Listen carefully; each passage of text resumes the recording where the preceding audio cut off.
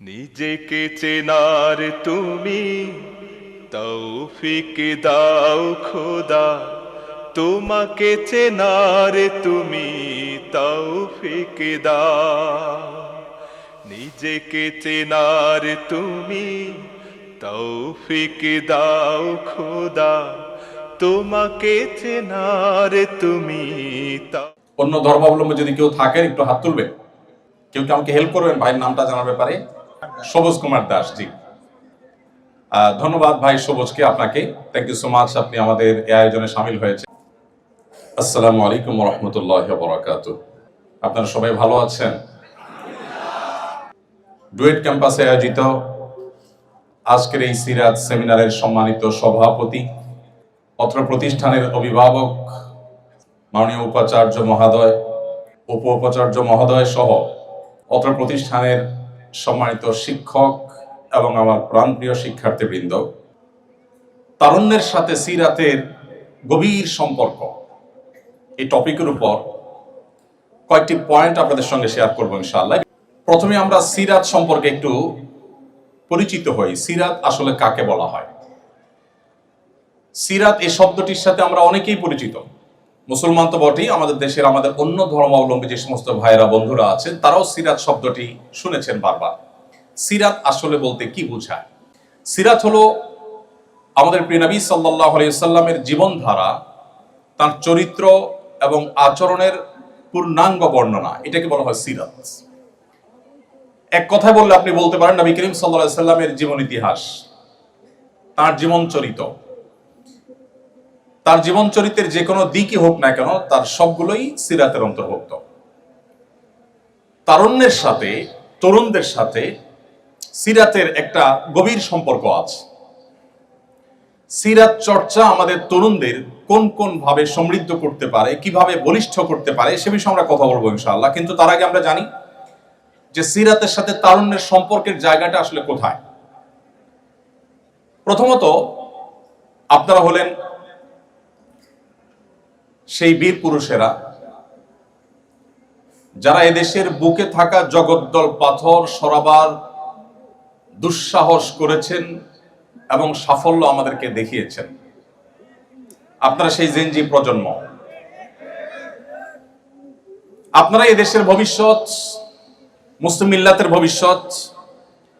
আপনাদের চেতনা এবং কর্ম এটাই এই জাতির মূল চালিকা শক্তি। এই জাতির গন্তব্য কোথায়, এই জাতি কোথায় গিয়ে থামবে, কতদূর যাবে, সেটি আমরা দেখতে পারি আপনাদের চেহারা থেকে। আমাদের তারুণ্যের দিকে তাকালে আমরা আজ করতে পারি, অনুভব করতে পারি যে আমাদের গন্তব্য কোথায়, আমরা কোন দিকে যাচ্ছি। যেহেতু তরুণরাই সমাজের ভবিষ্যৎ, অতএব প্রিয় নবী সাল্লাল্লাহু আলাইহি ওয়াসাল্লামের জীবন চরিত্র, তার সিরাত, এটা সবচেয়ে বেশি প্রাসঙ্গিক, সবচেয়ে বেশি প্রয়োজন তরুণদের জন্য। দ্বিতীয়ত, প্রতিকূল পরিবেশে, সবচেয়ে প্রতিকূল পরিবেশে, সবচেয়ে স্বল্পতম সময়ে নিজের মিশনকে সবচেয়ে বলিষ্ঠভাবে, শক্তিশালীভাবে বাস্তবায়ন করবার দৃষ্টান্ত স্থাপন করেছেন যেই সর্বকালের সর্বশ্রেষ্ঠ মহামানব, সেই হযরত মুহাম্মদ সাল্লাল্লাহু আলাইহি ওয়াসাল্লাম তরুণদের জন্য তার জীবনে সবচেয়ে বেশি প্রাসঙ্গিক এজন্য যে তরুণদের সামনে বহুবিধ চ্যালেঞ্জ আছে, বহুবিধ বাধা আছে। তাদের স্বপ্নকে স্পর্শ করতে গিয়ে যে সমস্ত বাধা তাদের সামনে আসে সেগুলোকে অতিক্রম করবার যে দীক্ষা মুহাম্মদ সাল্লাল্লাহু আলাইহি সাল্লামের জীবনীতে আছে, মানব ইতিহাসের অন্য কোনো মনীষীর জীবনীতে আপনি সেটি পাবেন না। কারণ সবচেয়ে বেশি বাধা মাথায় নিয়ে তিনি পৃথিবীতে জন্মগ্রহণ করেছেন। সবচেয়ে বড় বড় বাধাগুলোকে ঠেলে ঠেলে তিনি তার গন্তব্যে, তার লক্ষ্য পানে তিনি এগিয়ে গেছেন এবং খুব অল্প সময়ের মধ্যে তিনি তার মিশনকে সবচেয়ে শক্তিশালীভাবে সফল করেছেন, সার্থক করেছেন। অতএব আজকের তারুণ্য যদি সফল হতে চায়, সার্থক হতে চায়, চ্যালেঞ্জ মোকাবেলা করতে চায়, যদি সাফল্যের পদচুম্বন তারা করতে চায়, তাহলে মুহাম্মদ সাল্লাল্লাহু আলাইহি সাল্লামের সিরাত চর্চার কোনো বিকল্প তাদের সামনে আর কোনো থাকতে পারে না। এছাড়া কেন সিরাত আমাদের তরুণদের জন্য খুব বেশি প্রাসঙ্গিক, এর সর্বশেষ যে কারণটি উল্লেখ করতে চাই তা হলো আমাদের প্রিয় নবী সাল্লাল্লাহু আলাইহি ওয়াসাল্লামের যে সভা ছিল, তার যে মজলিস ছিল, তার যে একান্ত কাছের মানুষগুলো ছিলেন, যাদের মাধ্যমে তিনি দ্বীনকে, তাওহীদকে পৃথিবীতে প্রতিষ্ঠিত করেছেন, যাদের মাধ্যমে একের পর এক বাধার প্রাচীর তিনি ডিঙ্গিয়েছেন, সেই মানুষগুলোর মধ্যে যেমন সিনিয়ররা ছিলেন, তেমন তরুণরা ছিলেন। যেমন বয়স্কদের অভিজ্ঞতা ছিল, তেমনি তারুণ্যের চঞ্চলতা ছিল। এ দুটিকে তিনি যেভাবে সমন্বয় করেছেন, অপূর্ব সমন্বয় ছিল তার জীবনীতে। এটি পৃথিবীতে অনেক মনীষী জীবনে আপনি খুঁজে পাবেন না। আপনি দেখবেন মুহাম্মদ সাল্লাল্লাহু আলাইহি সাল্লামের সভায় তার পরামর্শকদের মধ্যে যেমন আবু বকর, ওমরের মতো প্রাজ্ঞ, পণ্ডিত, অভিজ্ঞ মানুষেরা ছিলেন, ঠিক একই সময় আলী, আব্দুল্লাহ ইবনে ওমর, আব্দুল্লাহ ইবনে আব্বাস, আব্দুল্লাহ ইবনে মাসউদ, মুসআব ইবনে উমাইর রিদওয়ানুল্লাহি তাআলা আজমাইন এর মতো টগবগে তরুণ এবং যুবকদের দিয়ে নবী সাল্লাল্লাহু আলাইহি সাল্লামের পরামর্শের যে সভা, সেই পরামর্শক পরিষদ এটি গঠিত হয়েছে এবং এটাকে তিনি সামনে রেখে আমল নিয়ে তারপর অগ্রসর হয়েছে।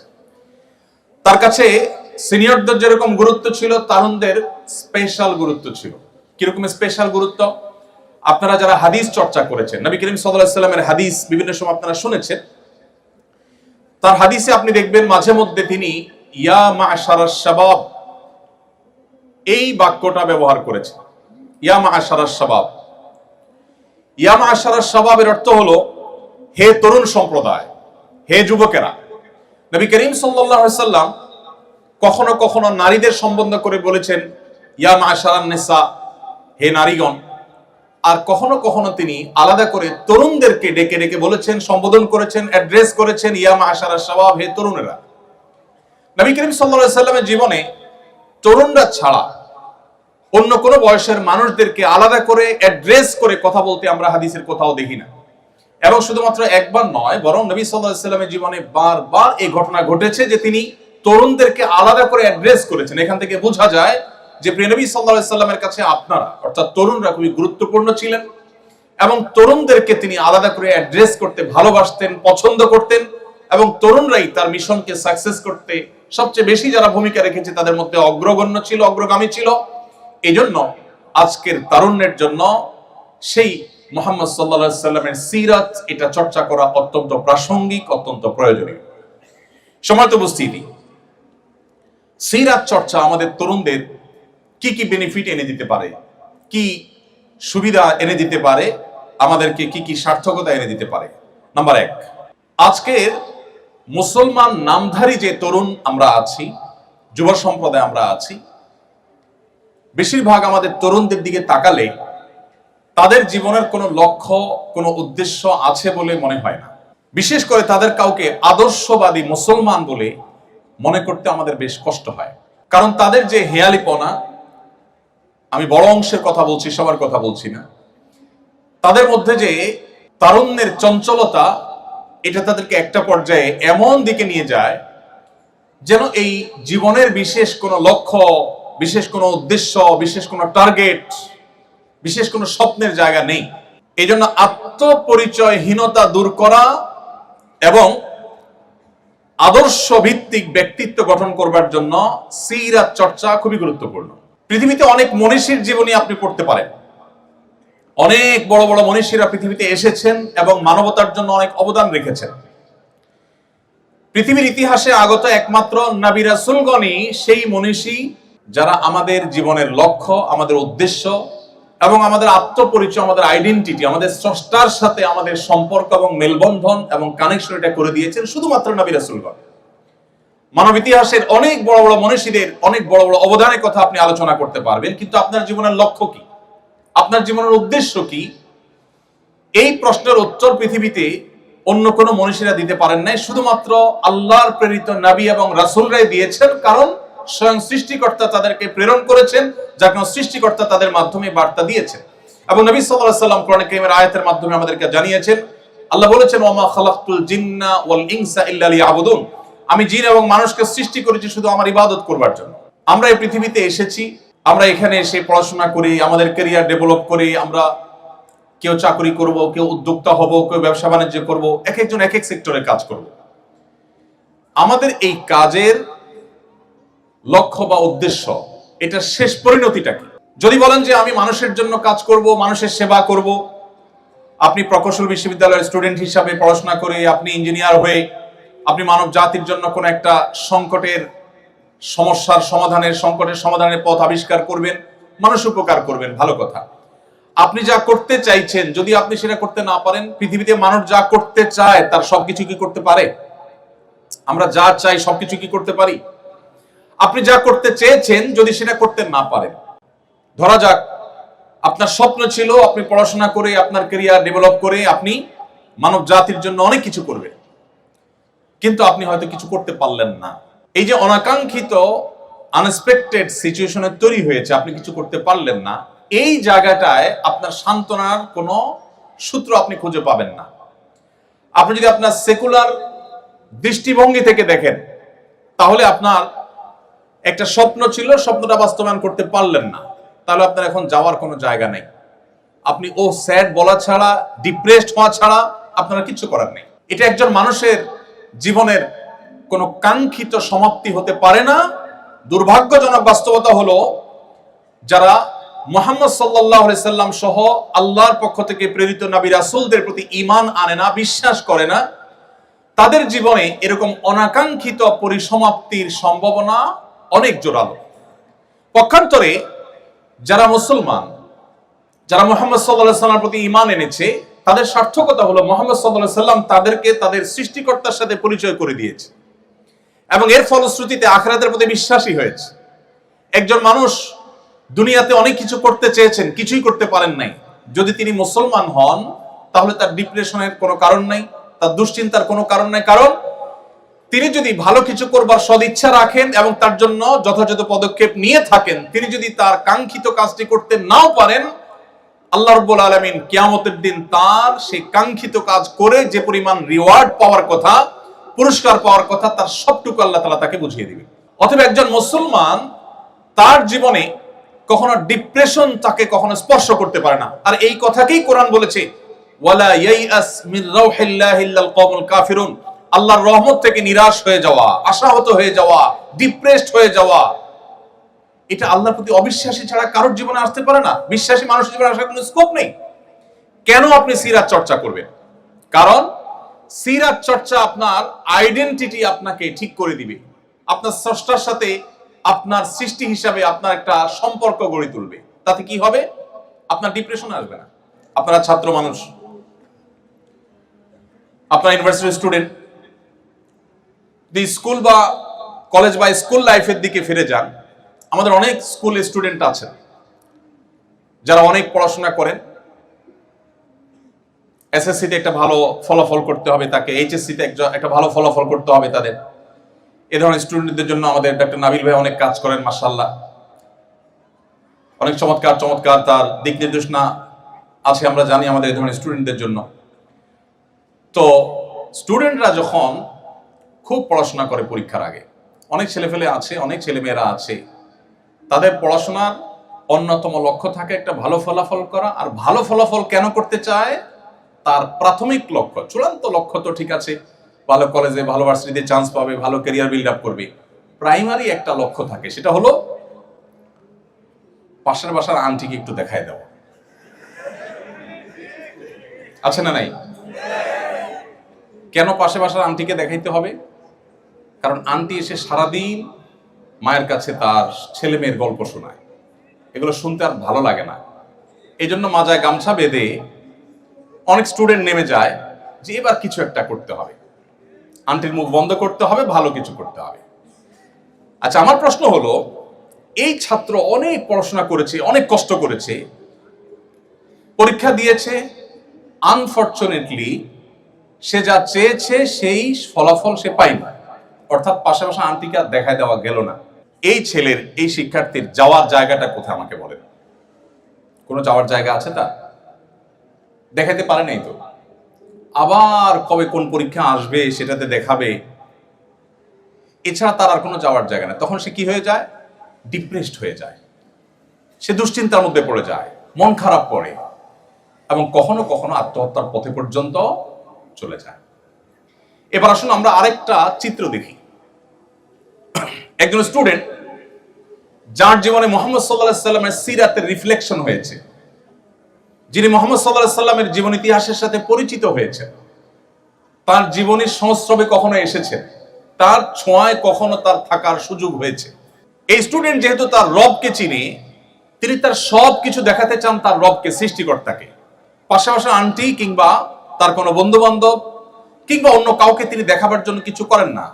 তার লক্ষ্য হলো তিনি ভালো ফলাফল করে ভালো একটা জায়গায় দাঁড়িয়ে এই যে দুর্নীতির করাল গ্রাস গোটা দেশটাকে শেষ করে দিচ্ছে, তিনি মেরুদণ্ড সোজা করে এদেশের মানুষের জন্য অ্যাজ এ মুসলমান মুসলিম মিল্লাতের মুখকে উজ্জ্বল করবার জন্য তিনি কিছু করতে চান। এই স্বপ্ন নিয়ে তিনি পরীক্ষা দিচ্ছেন, পড়াশোনা করছেন, চেষ্টা করছেন। যদি তিনি তার সে চেষ্টা সফল হন, ব্যাটে বলে হয় তো আলহামদুলিল্লাহ, যদি না হয় তাহলে তার সান্ত্বনার জায়গা হলো যে আল্লাহ রাব্বুল আলামিন ইনপুট দেখেন না, আল্লাহ তাআলা আউটপুট দেখেন না, আল্লাহ তাআলা ইনপুট দেখেন। আল্লাহ চেষ্টা দেখেন, ফলাফল দেখেন না। দুনিয়ার মানুষ ফলাফল দেখে, আল্লাহ রাব্বুল আলামিন ফলাফল দেখে মানুষকে তার বিনিময় সব সময় দেন না, সব সময় দেন না। আল্লাহ তাআলা দেখেন বান্দার প্রচেষ্টা। যদি আল্লাহ তাআলা আউটপুট দেখে সব সময় বিনিময় দিতেন, তাহলে বহু নবী রাসূল পৃথিবীতে এসেছেন যারা যুগ যুগ ধরে ইসলাম প্রচারের কাজ করার পরও দেখা গেছে তাদের কথা হয়তো একজন মানুষ শুনেছে কিংবা একজনও শুনেনি। হয়রাজ আমাদের মধ্যে বহু লোক আছে যাদের লক্ষ লক্ষ ফলোয়ার্স, অনেক ভক্ত অনুরক্ত। তো আল্লাহ রাব্বুল আলামিন চেষ্টা দেখবেন। সো একজন তরুণ তিনি যখন মুহাম্মদ সাল্লাল্লাহু আলাইহি সাল্লামের সিরাতকে তার জীবনে অবলম্বন হিসাবে ঠিক করে নেয়, সিরাতকে সে যখন সামনে রাখে, তখন তার জীবনে সে কাঙ্ক্ষিত জিনিসটা যদি নাও পান, তিনি ডিপ্রেসড হন না। কারণ তিনি জানেন যে আল্লাহ রাব্বুল আলামিন দেখবেন আমার নিয়ত, ইন্নামাল আমালু বিন্নিয়াত, আমি কোন উদ্দেশ্যে করেছি এটা আল্লাহ দেখবেন, আমার চেষ্টা আল্লাহ তাআলা দেখবেন। বাস আমার নিয়ত ভালো ছিল, চেষ্টায় ত্রুটি ছিল না, আল্লাহ তাআলা রিওয়ার্ড শতভাগ আমাকে দিয়ে দিবেন। সো তার কোনো ডিপ্রেশনের কোনো কারণ থাকতে পারে না। সময় তো উপস্থিতি কেন সিরাত চর্চা আমাদের করতে হবে? কারণ সিরাত আমাদেরকে আমাদের রবের সাথে আমাদের পরিচয় করিয়ে দেয়, আমাদের সৃষ্টিকর্তার সাথে আমাদের সম্পর্ক করে দেয়, যার ফলশ্রুতিতে আমাদের আইডেন্টিটি, আমাদের আত্মপরিচয়, এটা আমাদের মাথায় সবসময় জাগরুক থাকে। এটি আমাদেরকে পরিচালিত করে সঠিকতার পথে, সুন্দরের পথে, এবং আমাদের জীবনে একটা আদর্শিক ভিত্তি দাঁড়ায়।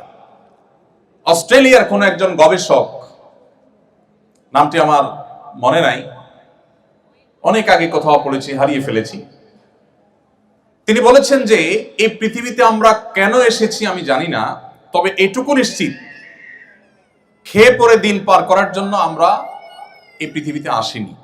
দেখুন, জন্মের পর থেকে আমরা যত চেষ্টা করছি, যত পরিশ্রম করছি, যত সাধনা করছি, সবগুলোর সার সংক্ষেপ হলো আমরা রুটি রুজি আহরণ করছি, সেটি ভোগ করছি, একটা পর্যায়ে আমরা মারা যাচ্ছি, কালের গর্ভে হারিয়ে যাচ্ছি। তাহলে জীবনের প্রাপ্তিটা কি, লক্ষ্যটা কি, আমার চূড়ান্ত যাওয়ার জায়গাটা কোথায়? নবী করিম সাল্লাল্লাহু আলাইহি সাল্লাম আমাদের সেই প্রশ্নের উত্তর দিয়েছেন যে আমাদের জীবনের এই সকল কর্মকাণ্ডের প্রাপ্তি অপ্রাপ্তির হিসাব মেলাবার জন্য আল্লাহ তাআলা ইয়াউমুল আখিরা প্রতিষ্ঠা করবেন। যিনি আমাদেরকে শূন্য থেকে সৃষ্টি করেছেন, তিনি আমাদেরকে মাটির সাথে মিশিয়ে যাওয়ার পর আবার সেখান থেকে আমাদেরকে সৃষ্টি করবেন এবং আমাদের প্রাপ্য বুঝিয়ে দিবেন। যার কারণে একজন মুসলমান তিনি আদর্শের ভিত্তিতে, তার আদর্শিক একটা ভিত্তির উপর তার জীবন দাঁড়ায়, তার আইডেন্টিটি তৈরি হয়, তার আত্মপরিচয় তৈরি হয়। আপনারা বিশ্ববিদ্যালয়ের শিক্ষার্থী, আপনারা আমার চাইতে ভালো করে জানবেন, কখনো শিক্ষার নামে, কখনো সংস্কৃতির নামে, কখনো বিনোদনের নামে, বিভিন্ন সময় নানা নামে আজকের বিশ্বের মুসলিম তরুণদের আইডেন্টিটি নষ্ট করবার নানামুখী ষড়যন্ত্র চলমান আছে। আপনারা দেখবেন বেশ কিছু মুখরোচক স্লোগান শোনা যায়, আমাদেরকে মানবতাবাদী মানুষ হওয়ার সবক সকাল বিকাল দিতে আপনারা শুনবেন। কাদেরকে শুনবেন? সেই সব মানুষদের কাছ থেকে শুনবেন যারা অনবরত নিরপরাধ শিশু হত্যাকাণ্ডে মেতে আছে। তাদেরকে শুনবেন যারা নারীর অধিকার নিয়ে গোটা পৃথিবীতে জিগির তুলছে আমাদেরকে সকাল বিকাল সবক দিতে আসে, শত সহস্র প্রেগনেন্ট নারীদেরকে যারা বোমা মেরে হত্যা করে। মুসলমানের দৃষ্টান্ত হলো সেই বাঘের বাচ্চার মতো, যে বাঘের বাচ্চাকে শিয়াল লাফানো শেখায়। আজ পৃথিবীতে আমাদের অবস্থা সেরকম হয়ে গেছে। আমরা সেই মুহাম্মদ সাল্লাল্লাহু আলাইহি সাল্লামের উম্মত, যে মুহাম্মদ সাল্লাল্লাহু আলাইহি সাল্লাম পৃথিবীর আলো দেখবার আগেই তার জন্মদাতা পিতাকে হারিয়েছেন, মায়ের গর্ভে থাকতেই বাবাকে হারিয়েছেন, জন্মের পরপর তার মমতাময়ী মাকে হারিয়েছে। একের পর এক বাবা মা দুজনের ছায়া সরে গেল, অথচ তিনি তখনও দুধের শিশু। এরপর তার একমাত্র অভিভাবক দাদা আব্দুল মুত্তালেব সামান্য সময় পার হতে না হতেই তার কৈশোরেই তার সে অভিভাবকের ছায়াও সরে গেল, তিনিও মারা গেলেন। তার জীবনের সবচেয়ে কঠিন বছর, যেটি আমাল হুজুন বলা হয়েছে সিরাতের বইয়ে, সেই বছরে তার সবচেয়ে বড় অভিভাবক একদিকে চাচা আবু তালেব, অপরদিকে ঘরে স্ত্রী মা খাদিজা রাদিয়াল্লাহু তাআলা আনহা, আমাদের উম্মুল মুমিনিন, এবং তার স্ত্রী খাদিজা রাদিয়াল্লাহু তাআলা আনহা, এই দুজনের ছায়া একসাথে উঠে গেল। একের পর এক পায়ের নিচ থেকে মাটি সরে যাচ্ছে। এরপর যখন মক্কায় তিনি সবচাইতে সম্ভ্রান্ত বংশের, সবচাইতে সম্ভ্রান্ত ফ্যামিলির, সবচাইতে মর্যাদার জায়গা ছিলেন, যে মক্কাবাসী তাকে তার বিশ্বস্ততার কারণে আল আমিন উপাধি দিয়েছিল, সেই মক্কার মানুষরা তার বিরুদ্ধে এতটাই ষড়যন্ত্রে মেতে উঠলো, তাকে ধ্বংস করবার জন্য এতটাই তারা উদ্যত হলো যে তাকে তার মুখের উপর থুতু মারতেও তারা দ্বিধা করলো না। তাকে শারীরিকভাবে হ্যারাসমেন্ট করা হলো, নানাভাবে অপমানিত করা হলো। মুহাম্মদ সাল্লাল্লাহু আলাইহি সাল্লাম এই সকল বাধা ডিঙ্গিয়ে সামনে অগ্রসর হচ্ছিলেন। একটা পর্যায়ে তার মাতৃভূমিতে তাকে থাকতে দেওয়া হলো না, মক্কা তাকে ত্যাগ করে চলে যেতে হয়েছে রাতের অন্ধকারে, তাও শান্তিতে যেতে দেওয়া হয়নি। বহু লোকচুরি করে, বহু প্ল্যান প্রোগ্রাম করে তাকে মদিনায় হিজরত করতে হয়েছে। মদিনায় যাওয়ার পর সেখানে একটু শান্তিতে কোথায় দিন কাটাবেন, সেখানেও শান্তিতে থাকতে দেওয়া হলো না। একটি রাত তার জীবনে তাকে নিশ্চিন্ত ঘুমাবার সুযোগ দেয়নি মক্কার মুশরিকেরা। কখনো চাপিয়ে দিয়েছে বদর, উহুদ, খন্দক, কখনো বা তাবুক, কখনো বা অন্য কোনো যুদ্ধ। এত বাধার পাহাড় ডিঙ্গিয়ে মদিনায় আসার পর মাত্র 10 বছর সময় পেয়ে গোটা পৃথিবীর পট পরিবর্তন করে দিয়েছে। কেন আপনাকে সিরাত জানতে হবে? কারণ আপনি সাকসেস তরুণ হতে চান, সাকসেস মানুষ হতে চান, সফল মানুষ হতে চান। পৃথিবীর ইতিহাসে এত চ্যালেঞ্জ মোকাবেলা করে এত দ্রুততার সাথে নিজের মিশনকে সাকসেস করতে পেরেছেন মুহাম্মদ সাল্লাল্লাহু আলাইহি ওয়াসাল্লাম ছাড়া আরেকজন মনীষী আপনি বের করতে পারবেন না। কেন আপনার তাকে পাঠ করতে হবে? কেন তার জীবনী আপনাকে জানতে হবে? কেন তার সিরাত আপনাকে চর্চা করতে হবে? কারণ তার সিরাত আপনাকে সাফল্যের চূড়ান্ত শিখরে পৌঁছতে সাহায্য করবে। সম্মানিত উপস্থিতি, আজ মুসলিম তরুণদের আত্মপরিচয় দূর করবার জন্য যে নানামুখী ষড়যন্ত্র চলমান আছে, সেই ষড়যন্ত্রগুলো সম্পর্কে আপনারা খুব ভালো করে জানেন। আমাদেরকে মানবতাবাদের সবক যারা শেখায় তারা জানে না মুসলমানকে আসলে আলাদা করে মানবতাবাদের সবক শেখানোর প্রয়োজন। পৃথিবীকে মানবতার শিক্ষাই দিয়েছে প্রথমে মুসলমানরা। মুহাম্মদ সাল্লাল্লাহু আলাইহি সাল্লামের চাইতে বেশি মানবতার শিক্ষা পৃথিবীতে কেউ কাউকে কখনো দিতে পারেনি। মুহাম্মদ সাল্লাল্লাহু আলাইহি সাল্লাম সেই মানুষ যার শুধু মানবতার বিষয়ে শত সহস্র আলোচনা করে তার মানবিক দিকটাকে পরিপূর্ণভাবে তুলে ধরা আমাদের দ্বারা সম্ভব নয়, আমরা সেদিকে যাচ্ছি না। তো আত্মপরিচয়হীনতা দূর করে আমাদের নিজস্ব সংস্কৃতির প্রতি অনুরাগী হতে আমাদেরকে সাহায্য করবে যদি আমরা নবী সাল্লাল্লাহু আলাইহি ওয়াসাল্লাম সিরাত পাঠ করি। নাম্বার 2, আপনারা সবাই তরুণ, অনেকে আছেন যে বাবা মার যথেষ্ট অর্থ সম্পদ আছে, পারিবারিক ভিত্তি যথেষ্ট স্ট্রং এবং মজবুত। এত সত্ত্বেও আমাদের সামনে যে পথ চলা, সেই পথ চলা কি সব সময় মসৃণ হয় না কখনো কখনো কণ্টকাকীর্ণ হতে পারে? মসৃণ থাকবে সব সময় আমাদের জীবনে পথ চলা? বরং বাস্তবতা হলো আল্লাহ রাব্বুল আলামিন কোরআনে কারীমে একাধিক জায়গায় এই বিষয়টি আল্লাহ তাআলা উল্লেখ করেছেন যে মানুষের পুরো জীবনটাই সংগ্রামী জীবন, প্রত্যেকটা স্টেপেই তাকে সংগ্রাম করতে হয়। সংগ্রাম করে করে তাকে এগোতে হয়। তো আপনি একজন তরুণ হিসেবে প্রতিকূলতা ঠেলে আপনি যদি সাফল্যের শেখরে পৌঁছতে চান, তাহলে মুহাম্মদ সাল্লাল্লাহু আলাইহি ওয়াসাল্লামের সিরাত আপনাকে পাঠ করতে হবে, তাহলে আপনাকে সিরাত চর্চা করতে হবে। কারণ কিভাবে চরম বিপদেও ধৈর্য ধারণ করতে হয়, অত্যন্ত প্রত্যয়ী এবং দৃঢ়পদ থাকতে হয়, এটা মুহাম্মদ সাল্লাল্লাহু আলাইহি ওয়াসাল্লামের জীবনের প্রতিটি পৃষ্ঠায় পৃষ্ঠায়, প্রতিটি পাতায় পাতায় আপনি পাবেন।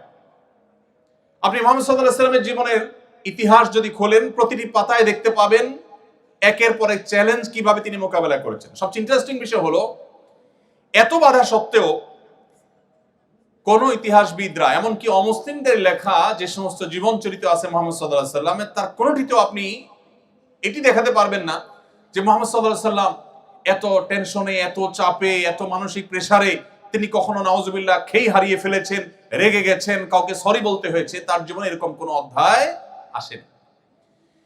যদি আপনি প্রতিকূলতা ঠেলে আপনার তারুণ্যকে সাফল্যের সর্বোচ্চ শেখরে নিতে চান, তাহলে আপনাকে সিরাত চর্চা করতে হবে। কারণ মুহাম্মদ সাল্লাল্লাহু আলাইহি ওয়াসাল্লাম তার জীবনে যতটা প্রতিকূলতা ঠেলে তার মিশন ইসলামকে, তাওহীদকে, আল্লাহর একত্ববাদকে পৃথিবীতে সবচেয়ে বলিষ্ঠভাবে প্রতিষ্ঠিত করে গেছেন, এটি পৃথিবীতে অন্য কোনো মনীষী করতে পারেনি। মাত্র 23 বছর সময় পেয়েছেন। নবুয়তের দায়িত্ব বুঝে পাওয়ার পর মাত্র 23 বছরের মধ্যে গোটা বিশ্বের পট পরিবর্তন করে দিয়েছেন, রুট চেঞ্জ করে দিয়েছেন, ইতিহাস পরিবর্তন করে দিয়েছেন। এবং আজও পর্যন্ত পৃথিবীর ইতিহাসে যত মানুষ এসেছে, কিয়ামত পর্যন্ত যত মানুষ আসবে, মুহাম্মদ সাল্লাল্লাহু আলাইহি সাল্লামের চাইতে জনপ্রিয়, তাকে যত মানুষ ভালোবাসে, এত বেশি মানুষের ভালোবাসা পৃথিবীর ইতিহাসে কেউ অর্জন করতে পারে নাই, কিয়ামত পর্যন্ত কেউ পারবেও না। মুসলমানরা পৃথিবীতে সবচেয়ে সংখ্যা বেশি তা কিন্তু না, আমরা জানি। কিন্তু এত সত্ত্বেও মুহাম্মদ সাল্লাল্লাহু আলাইহি সাল্লাম পৃথিবীতে চলে যাওয়ার প্রায় ১৫০০ বছর অতিক্রান্ত হওয়ার পরও এখনো যদি পৃথিবীর কোন প্রান্তে কেউ মুহাম্মদ সাল্লাল্লাহু আলাইহি সাল্লামকে নিয়ে একটা কটু কথা বলে, পৃথিবী জুড়ে লক্ষ লক্ষ কোটি কোটি মানুষের হৃদয়ে রক্তক্ষরণ হয় কি হয় না? এই যে হৃদয়ে রক্তক্ষরণ হয়, ১৫০০ বছর আগে একজন মানুষ পৃথিবী থেকে চলে গেছেন। ১৫০০ বছর, ১৫০ বছর না। কতটা প্রভাব মানুষের অন্তরে তিনি রেখে গেছেন যে ১৫০০ বছর পরও যদি তাকে নিয়ে কেউ কোনো কটু কথা বলে, কোটি কোটি মানুষ পৃথিবী জুড়ে এখনো তার জন্য কাঁদে, চোখের পানি ফেলে, সংক্ষুব্ধ হয়। এর বিপরীতে আসুন, মাত্র ১৫০ বছর, ১৫০০ না, মাত্র ১৫০ বছর আগে পৃথিবী থেকে চলে যাওয়া কোনো মনীষী, হতে পারেন কোনো প্রভাবশালী পলিটিশিয়ান, হতে পারেন কোনো বড় বিজ্ঞানী যার অনেক অবদান আছে মানুষের জন্য, হতে পারেন কোনো ধর্মীয় ব্যক্তিত্ব যিনি অনেক বেশি জনপ্রিয় ছিলেন, হতে পারেন যে কোনো সেক্টরের মানুষ, মাত্র ১৫০ বছর আগে পৃথিবীতে ছিলেন, খুবই প্রাসঙ্গিক ছিলেন যখন ছিলেন। তিনি চলে যাওয়ার পর এখন যদি গুলিস্তানের মোড়ে দাঁড়িয়ে কেউ তার 14 গোষ্ঠীর নামের তালিকা ধরে ধরে গালিগালাজ করে বা নিন্দামন্দ করে, খারাপ বা কটু কথা বলে, আপনি আশপাশে মাথা ঘুরিয়ে তাকালে দেখতে পাবেন কারোর কোনো ভাবলেশ নেই, কারোর কোনো ভাবনা নেই, কারোর কোনো মাথা ব্যথা নেই। পৃথিবীতে যদি কেউ অমর হতে চায়, পৃথিবীতে যদি কেউ টিকে থাকতে চায়, পৃথিবীতে যদি কেউ সহস্র সহস্র বছর, লক্ষ বছর প্রাসঙ্গিক থাকতে চায়, মুহাম্মদ সাল্লাল্লাহু আলাইহি সাল্লামের জীবন ইতিহাস চর্চার কোনো বিকল্প পথ তার সামনে খোলা নেই। আপনি আমাকে দেখাতে পারবেন না আরেকজন মানুষ ১৫০০ বছর আগে পৃথিবীতে ছিলেন, এখনো তিনি প্রাসঙ্গিক, এখনো তার জন্য মানুষের মন কাঁদে। আপনাদের পছন্দের অনেক খেলোয়াড় আছে, অনেক তথাকথিত তারকা আছে, আমি জানি আপনারা অনেকে ফলো করেন, যাদের হয়তো সোশ্যাল মিডিয়াতে মিলিয়ন মিলিয়ন ফলোয়ার্স আছে। তারা যদি অবসরে চলে যান তাদের খেলা থেকে, তাদের সেক্টর থেকে, কয়েক বছরের মধ্যেই দেখবেন তারা অপ্রাসঙ্গিক হয়ে গেছেন। বড়জোর ১ যুগ ২ যুগ বা সামান্য কিছু বছর হয়তো তাদের নিয়ে আলোচনা হবে, একটা সময় তারা ইতিহাসের পাতায় হারিয়ে যাবেন। কালে ভদ্রে তাদের নাম হয়তো উল্লেখ নেওয়া হবে, তাদের কোনো ভক্ত অনুরক্ত সেভাবে থাকবে না, কোনো প্রভাব সেভাবে থাকবে না। যত নবী রাসূল পৃথিবীতে এসেছেন সবাই পৃথিবীতে সবচেয়ে বেশি প্রভাব সৃষ্টিকারী, সবচেয়ে বেশি প্রাসঙ্গিক, বিজ্ঞানের উৎকর্ষের এই সময়ে এসেও মুহাম্মদ সাল্লাল্লাহু আলাইহি সাল্লামের প্রাসঙ্গিকতা চুল পরিমাণ, বিন্দু পরিমাণ কমে নাই, বরং বাড়ছে। পৃথিবী যত সংকটে নিপতিত হবে, যত সংকটের মুখোমুখি হবে, মানবতা যত বিপর্যস্ত হবে, তত বেশি মুহাম্মদ সাল্লাল্লাহু আলাইহি সাল্লামকে স্মরণ করতে বাধ্য হবে। মানবতার সামনে আল্লাহর প্রেরিত রাসূল, মহান সৃষ্টিকর্তার প্রেরিত দূতের দেখানো পথ ছাড়া সত্যিকারের এবং দীর্ঘস্থায়ী সমাধানের এবং মুক্তির আর কোনো পথ খোলা নেই। ভাইরা আমার, এক্সপেরিমেন্ট বা পরীক্ষা নিরীক্ষা পৃথিবী বহু চালিয়েছে, এখনো চালাচ্ছে। একমাত্র ঘুরে ফিরে যে জীবন দর্শন মানুষের জন্য সবচেয়ে বেশি বাস্তবসম্মত, উপযোগী এবং উপকারী হিসাবে প্রমাণিত, সেটি হলো নবী রাসূলদের আদর্শ। সর্বশেষ নবী মুহাম্মদ মুস্তাফা সাল্লাল্লাহু আলাইহি সাল্লামের জীবনী সেজন্য আমাদের চর্চা করতে হবে। সম্মানিত বন্ধুগণ, কেন আমাদের সিরাত চর্চা করতে হবে? আপনি একজন টকবগে তরুণ হিসেবে যদি আপনি সমাজের অন্যায় অনাচারের বিরুদ্ধে লড়তে চান, বিশেষ করে আমাদের এই প্রিয় স্বদেশের কথা যদি বলি, যেখানে রন্ধ্রে রন্ধ্রে প্রতিটি খাঁজে ভাঁজে যেখানে অনিয়ম, অন্যায়, অনাচার ছেয়ে গেছে, আপনি যদি জগদ্দলে পাথর সমাজের বুক থেকে সরাতে চান, তাহলে আপনার জন্য মুহাম্মদ সাল্লাল্লাহু আলাইহি সাল্লামের সিরাত চর্চার কোনো বিকল্প নেই। কারণ আপনি দেখবেন মুহাম্মদ সাল্লাল্লাহু আলাইহি সাল্লাম মক্কা যখন আগমন করেছেন, তিনি সেখানকার যত কুসংস্কার ছিল, জাহিলি যুগের যত অন্যায় অনাচার ছিল, যত জঞ্জাল ছিল, সেগুলোকে তিনি দূর করেছেন। কত বছরে? মাত্র 23 বছর সময়ের মধ্যে। শুধু মক্কার অনাচার নয়, তখনকার পৃথিবীতে যত অনাচার ছিল, এই সমস্ত অনাচারগুলোকে একটি একটি করে সবগুলোর কবর রচনা করেছেন মুহাম্মদ সাল্লাল্লাহু আলাইহি সাল্লাম। আপনারা জানেন, আমাদের বোনরা শুনছেন এখানে নিশ্চয়ই, কন্যা হিসাবে যে সমাজে জন্মগ্রহণ করাটাকে অপরাধ মনে করা হতো। আল্লাহ কোরআনে বলেছেন, ওয়াইযা বুশশিরা আহাদুহুম বিল উনসা যাল্লা ওয়াজহুহু মুসওয়াদ্দান ওয়া হুয়া কাযীব। নবী সাল্লাল্লাহু আলাইহি সাল্লাম যে সমাজে এসেছেন, সে সমাজে কারোর কন্যা সন্তান হয়েছে এই সংবাদ শোনানো হলে তার মুখটা কালো হয়ে যেত।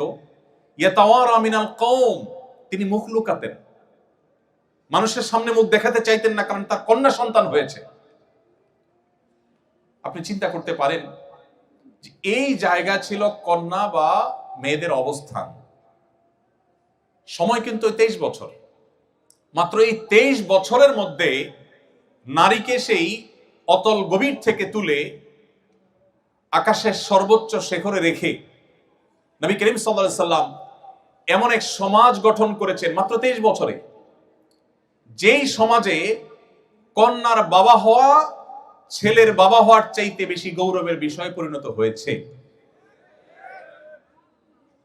আপনারা অনেকেই হাদিস জানেন, নবী করিম সাল্লাল্লাহু আলাইহি সাল্লাম বলেছেন, কারোর যদি দুটি কন্যা সন্তান থাকে এবং সে যদি সেই দুটি কন্যা সন্তানকে সুশিক্ষা দেয়, সঠিক দীক্ষা দেয়, তাদের মধ্যে কোনো বৈষম্য না করে, সুবিচার করে, তাদেরকে সুশিক্ষা শিক্ষিত করে, আদর্শবান মুসলিম করে, ভালো পাত্রস্থ করে, এক কথা তাদের সকল অধিকার যদি সঠিকভাবে আদায় করে, এবং কন্যা সন্তান হয়েছে এটার জন্য তিনি কোনো লজ্জিত, অনুতপ্ত বা হেজিটেশন ফিল না করে প্রাউড ফিল করেন, নবী করিম সাল্লাল্লাহু আলাইহি সাল্লাম তার জন্য জান্নাতের, বরং নবী সাল্লাল্লাহু আলাইহি সাল্লামের সান্নিধ্যে জান্নাতে থাকার শুভ সংবাদ দিয়েছেন।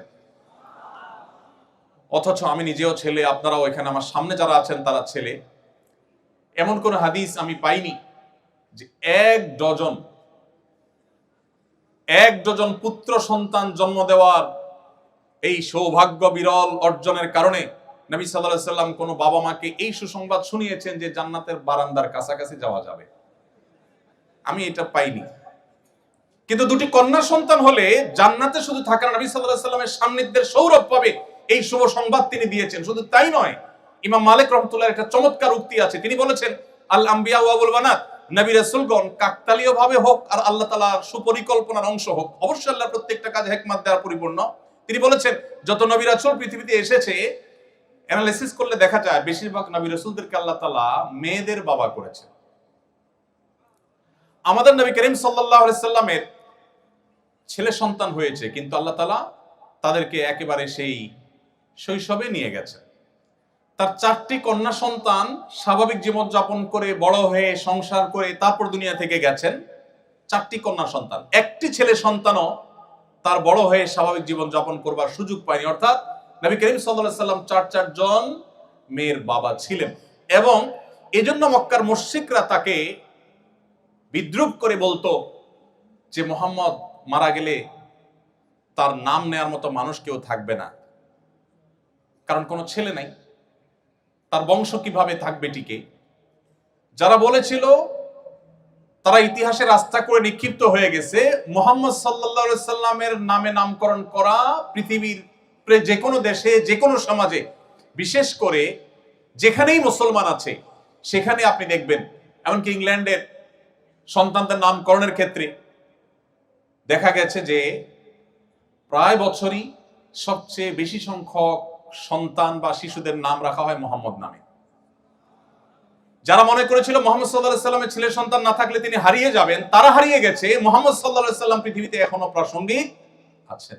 ভাইরা আমার, তো সমাজের যে জঞ্জাল, যে কুসংস্কার, এটা যদি আপনি দূর করতে চান, আপনি যদি সংগ্রামী মানুষ হতে চান, সমাজ সংস্কারক হতে চান, তাহলে আপনাকে মুহাম্মদ সাল্লাল্লাহু আলাইহি সাল্লামের সিরাত পাঠ করতে হবে, তার সিরাত চর্চা করতে হবে। কারণ খুব স্বল্পতম সময়ের মধ্যে যে মক্কার মুশরিকেরা কন্যা সন্তান হলে জীবন্ত পুঁতে ফেলতো, তাদের বুকের উপর দাঁড়িয়ে নবী সাল্লাল্লাহু আলাইহি সাল্লামের জীবনের শেষ ওসিয়তগুলোর মধ্যে থেকে ছিল ফাস্তাউসু বিন-নিসাই খায়রা, তোমরা মেয়েদের ব্যাপারে আমার কাছ থেকে কল্যাণের উপদেশ গ্রহণ করো।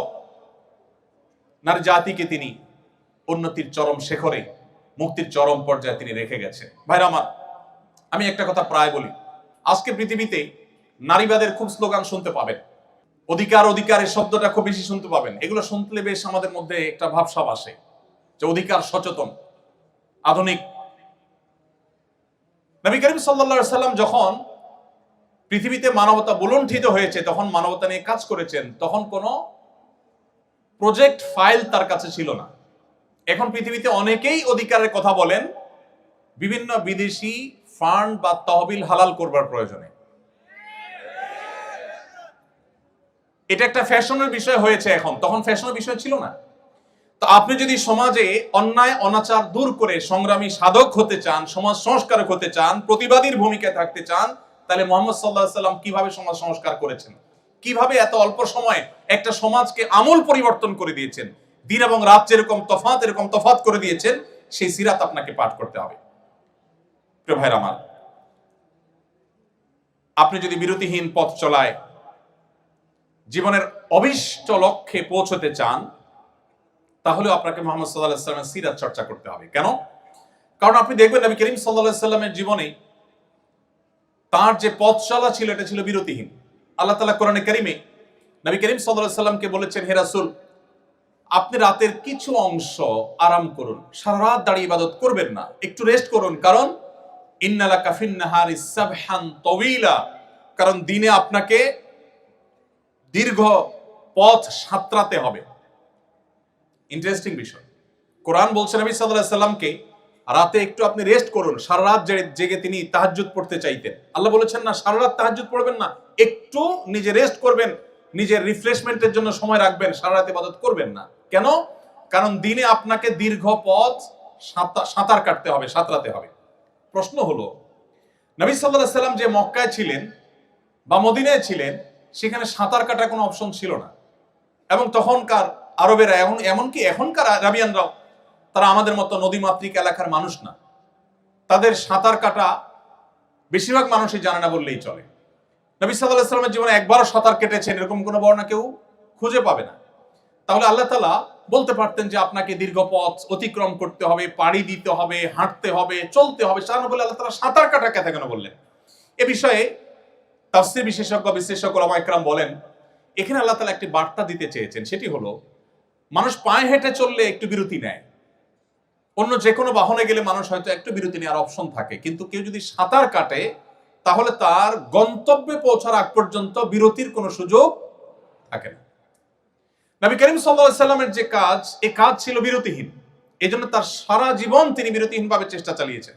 আপনি যদি সেই মোটিভেশন ধরে রাখতে চান যে কিভাবে আপনি সারা জীবন কাজ করবেন মানুষের কল্যাণে, আল্লাহ সন্তুষ্টি লাভ করে জান্নাত প্রাপ্তির আশায়, তাহলে সেক্ষেত্রে আপনাকে সিরাত চর্চা করতেই আপনার জীবনের পরতে পরতে সেটাকে আপনি প্রাসঙ্গিক এবং রিলেভেন্ট আপনি দেখতে পাবেন। আপনার যদি লিডারশিপ এবং নেতৃত্বের ইচ্ছা থাকে, স্বপ্ন থাকে, তাহলে আপনাকে সিরাত চর্চা করতে হবে। কারণ নবী করিম সাল্লাল্লাহু আলাইহি সাল্লামকে দেখবেন যে তিনি তরুণ বয়স থেকেই সততা, ন্যায় বিচার, দূরদর্শিতা এগুলোর সবচেয়ে উৎকৃষ্ট উদাহরণ সৃষ্টি করেছেন, দৃষ্টান্ত স্থাপন করেছেন। তিনি কিন্তু যখন বয়সে তরুণ ছিলেন তখনই মক্কায় বাহির থেকে আসা মানুষজন যারা নির্যাতিত হতো, নানাভাবে নিষ্পেষিত হতো, নানাভাবে জুলুমের শিকার হতো, এই মানুষগুলোর মুক্তির জন্য ঐতিহাসিক যে হিলফুল ফুজুল সংগঠিত হয়েছিল সেই সংগঠনের সাথে তিনি সম্পৃক্ত হয়ে গেছেন। এবং যখন মক্কার কাবার পুনর্নির্মাণের উদ্যোগ নিলেন নবী সাল্লাল্লাহু আলাইহি সাল্লামের দাদা আব্দুল মুত্তালিব, নবী সাল্লাল্লাহু আলাইহি সাল্লাম তখন কিশোর ছিলেন, অনেক ছোট মানুষ ছিলেন। যখন মক্কার মুশরিকরা সবাই মিলে কাবাঘর ভেঙে যাচ্ছিল, অনেক পুরাতন হয়ে গেছে স্থাপনা, এটাকে পুনর্নির্মাণ করলেন, তখন কালো পাথর যেটি হাজরে আসওয়াদ, এই পাথরটা পুনর্নির্মাণ করে এটিকে আবার আগের জায়গায় স্থাপন করা হবে, এই কাজটি কে করবে, এটা নিয়ে তাদের মধ্যে বিবাদ দেখা দিল। আপনারা জানেন মক্কার মুশরিকদের মধ্যে সেই বিবাদ ছিল, এবং বিবাদটা এতটাই ছিল প্রকট যে সামান্য একটু কুয়া থেকে কার ওঁট আগে পানি পান করলো, এই ঘটনাকে কেন্দ্র করে যুগ যুগ ধরে তারা বংশকে বংশ করে তারা যুদ্ধ করত। সেই জাতি, অবুঝ জাতি, তারা এই পাথর রাখা নিয়ে বিবাদে লিপ্ত হলো, কোনোভাবে মীমাংসা করতে পারলো না। মুহাম্মদ সাল্লাল্লাহু আলাইহি সাল্লামের অভিনব এক কৌশলের মাধ্যমে তার সে অল্প বয়সে তিনি সেই সমস্যার সমাধান করেছেন। লিডারশিপ, নেতৃত্ব দেওয়ার যোগ্যতা, সমাজে মীমাংসা করবার যোগ্যতা, সমাজকে সংকট থেকে উত্তরণের যোগ্যতা তার সেই কৈশোর থেকে তার জীবনে ছিল। আপনি যদি সিরাত গ্রন্থ পড়েন, এরকম প্রতিটি পৃষ্ঠায় পৃষ্ঠায় আপনি এটি দেখতে পাবেন। নবী করিম সাল্লাল্লাহু আলাইহি সাল্লামকে দেখবেন সিদ্ধান্ত গ্রহণে বুদ্ধিমত্তা।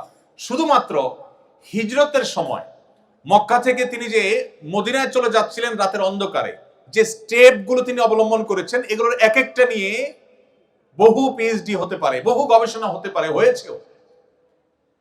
নবী করিম সাল্লাল্লাহু আলাইহি সাল্লামের যে প্ল্যান ছিল, আপনি দেখবেন তিনি মক্কা থেকে হিজরত করে মদিনায় যাবেন, কাউকে বলেননি, কাছের লোকজনকেও বলেননি। মক্কার সমস্ত মুশরিকদের সবগুলো চোখ তার দিকে, কখন তিনি বের হয়। তারা আঁচ করতে পেরেছে যে তিনি যাবেন, কিন্তু তাদের সবার সে চেষ্টাকে ব্যর্থ করে দিয়ে তিনি সাকসেস হয়েছেন, তিনি চলে গেছেন। তার সন্ধান তারা পায়নি। প্ল্যান কি ছিল? দীর্ঘ আলোচনা, আমি সেদিকে খুব বেশি দীর্ঘ আলোচনা যাব না। আপনি যদি লক্ষ্য করেন দেখবেন তিনি যাওয়ার আগে সংবাদ সবার কাছ থেকে তিনি আড়ালে রেখেছেন, কাউকে বলেননি, কাছের লোক, পরিবার লোকদেরকেও বলেননি তিনি কখন যাচ্ছেন।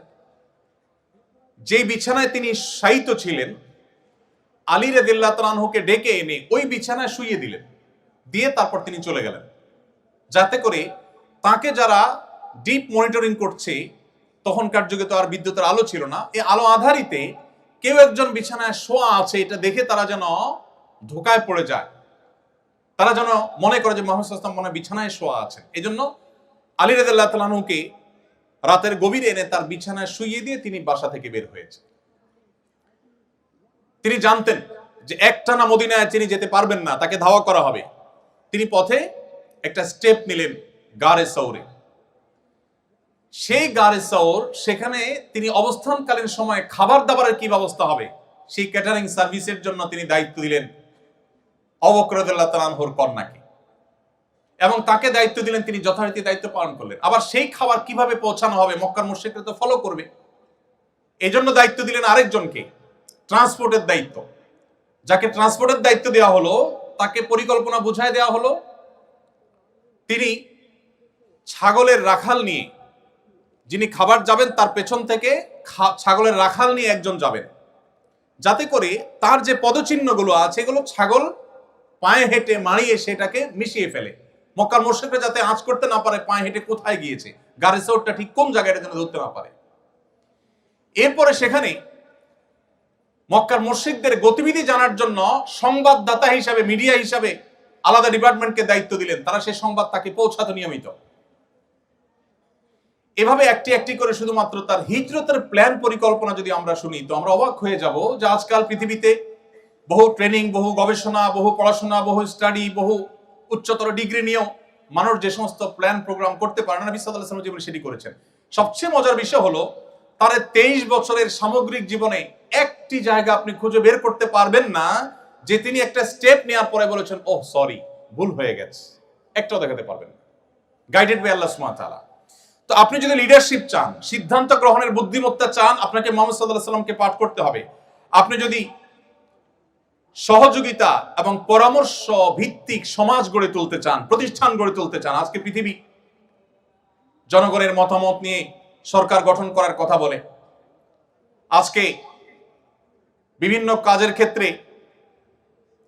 কেউ একক সিদ্ধান্ত দেওয়ার পরিবর্তে পরামর্শ ভিত্তিক কাজকে অ্যাপ্রিসিয়েট করে। নবী করিম সাল্লাল্লাহু আলাইহি সাল্লাম এমন সমাজ গঠন করেছেন। আল্লাহ তাআলা কোরআনে কারিমে বলেছেন ওয়া আমরুহুম শুরা বাইনাহুম, তিনি পরামর্শ ভিত্তিক সমাজ গঠন করেছেন। এবং পৃথিবীর ইতিহাসের সর্বপ্রথম দ্বিপাক্ষিক লিখিত চুক্তি ঐতিহাসিক মদিনা সনদ তিনি রচনা করেছেন। তার আগে ভিন্ন মতের মানুষের সাথে সমঝোতা স্মারক, লিখিত সমঝোতা স্মারক পৃথিবীর ইতিহাসে কেউ কখনো রচনা করেনি, তিনি প্রথম করেছেন। নবী করিম সাল্লাল্লাহু আলাইহি সাল্লামের যে লিডারশিপ ছিল, সেখানে যে বিনয় ছিল, তার যে বিনম্রতা ছিল, আপনি দেখতে পাবেন। এক সাহাবী বলেছেন, বাহির থেকে আগত কোনো মানুষ মদিনায় এসে যখন মুহাম্মদ সাল্লাল্লাহু আলাইহি সাল্লাম মদিনার শাসক, রাষ্ট্রপ্রধান, তখন তাকে খুঁজে পেতে তাদের অনেক সময় বেগ পেতে হতো। মসজিদে তিনি যখন বসা থাকতেন তার অনুসারী, তার সাহাবীদের কাছে সাথে, তখন বাহির থেকে আসা আগন্তুকরা অনেক সময় জিজ্ঞেস করতে হতো মান ফিকুম মুহাম্মদ, তোমাদের মধ্যে মুহাম্মদ লোকটা কে?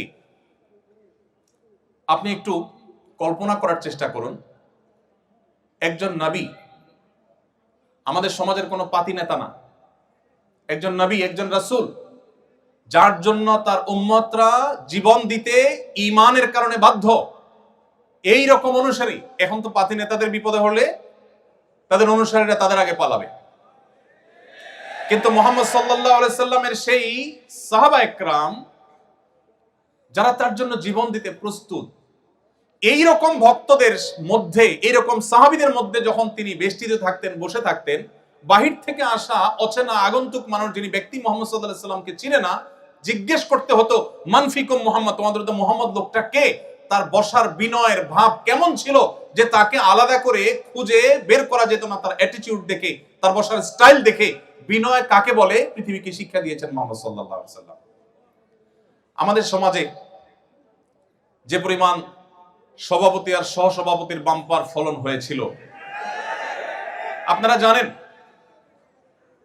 রাস্তাঘাটে, বাজারে, বন্দরে যেই কোনো নেতা যদি হেঁটে যান আর সাথে নেতার অনুসারী বা চামচারা থাকে, নেতাকে আর অনুসারীকে এটাকে জিজ্ঞেস করার কোনো দরকার হবে? কেন হবে না? নেতার জামার যে মার, পাঞ্জাবির যে কড়কড়া মড়কড়া মড়মড়া ভাব, নেতার যে হাব ভাব, নেতার যে ওসফোস, নেতার যে স্টাইল, তার যে অহংকার, তার যে অহমিকা, এটা দেখে একটা শিশুরও বুঝতে কষ্ট হবে না যে এখানে নেতাকে আর অনুসারী কি। মুহাম্মদ সাল্লাল্লাহু আলাইহি সাল্লাম বিনয়ের সে দৃষ্টান্ত স্থাপন করেছেন যে অনুসারীদের মধ্যে থেকেও তিনি এমন ভাবে হারিয়ে যেতেন যে তাকে আলাদা করে খুঁজে বের করতে হতো। তার বসার মধ্যে এরকম কোন আজকালকার বিশ্বের নেতাদের মতো কোনো অহংকারী দৃষ্টিভঙ্গি কখনো ছিল না, সেরকম ভাব কখনো ছিল না। আপনি যদি লিডারশিপ শিখতে চান তাহলে আপনাকে মুহাম্মদ সাল্লাল্লাহু আলাইহি সাল্লামকে কেন পাঠ করতে হবে? ভাইরা আমার, আপনার লিডারশিপের জন্য আরেকটা জিনিস প্রয়োজন হলো অন্যকে অনুপ্রাণিত করবার ক্ষমতা। অন্যকে অনুপ্রাণিত করবার যে ক্ষমতা মুহাম্মদ সাল্লাল্লাহু আলাইহি সাল্লামের আছে, পৃথিবীর ইতিহাসে কোনো কেউ মানুষকে এত বেশি অনুপ্রাণিত করতে পেরেছেন আমার মনে হয় শুধু মুসলিম নয়, আমার অমুসলিম বন্ধুরাও যদি নিরপেক্ষভাবে বিশ্লেষণ করেন, বিবেচনা করেন, আমার মনে হয় তাদের কাছে দিনে আলামত পরিষ্কার হবে যে মুহাম্মদ সাল্লাল্লাহু আলাইহি সাল্লাম যেভাবে মানুষকে অনুপ্রাণিত করতে পেরেছেন, এতটা অনুপ্রাণিত, এতটা মোটিভেটেড পৃথিবীর ইতিহাসে কেউ কোনোদিন কাউকে করতে পারে না। ১৫০০ বছর পর আজও তার কোন নির্দেশ পেলে মুসলমানরা জীবন দেওয়ার জন্য প্রস্তুত হয়ে যায়, সর্বস্ব ত্যাগ করার জন্য প্রস্তুত হয়ে যায়। আপনি আর কাকে দেখাতে পারবেন? নেতা বক্তব্য দিয়ে বের হলেই অনুসারীরা ভাঙচুর শুরু করে দেয়। নেতা বের হতে না হতেই নেতার নির্দেশ পায়ের নিচে পিষ্ট করে ফেলে, ভুলে যায় মানবীয় প্রকৃতি, বাস্তবতা। মুহাম্মদ সাল্লাল্লাহু আলাইহি সাল্লাম ১৫০০ বছর আগে কোনো কথা বলে গেছেন, ১৫০০ বছর পরও লক্ষ লক্ষ কোটি কোটি মানুষ পেঠা সেটাকে পুঙ্খানুপুঙ্খ রূপে বাস্তবায়ন করবার জন্য জীবন বাজি দিতে পর্যন্ত প্রস্তুত। আপনি যদি পৃথিবীকে মোটিভেটেড করতে চান, আপনি যদি আপনার জাতিকে জাগ্রত করতে চান, আপনি যদি আপনার জাতির লিডারশিপের দায়িত্ব নিতে চান, মুহাম্মদ সাল্লাল্লাহু আলাইহি সাল্লামের জীবনী চর্চার কোনো বিকল্প আপনার সামনে পথ খোলা নেই। সম্মানিত উপস্থিতি, আপনি যদি ঐক্যবদ্ধ করতে চান আপনার জাতিকে, বিশ্ব মানবতাকে, আপনি যদি মানুষের প্রচেষ্টাগুলোকে একত্র করতে চান, সেক্ষেত্রে আপনাকে সিরাত চর্চা করতে হবে। আল্লাহ রাব্বুল আলামিন কোরআনে কারিমে একাধিক জায়গায় বলেছেন নবী সাল্লাল্লাহু আলাইহি সাল্লামের অবদানের কথা।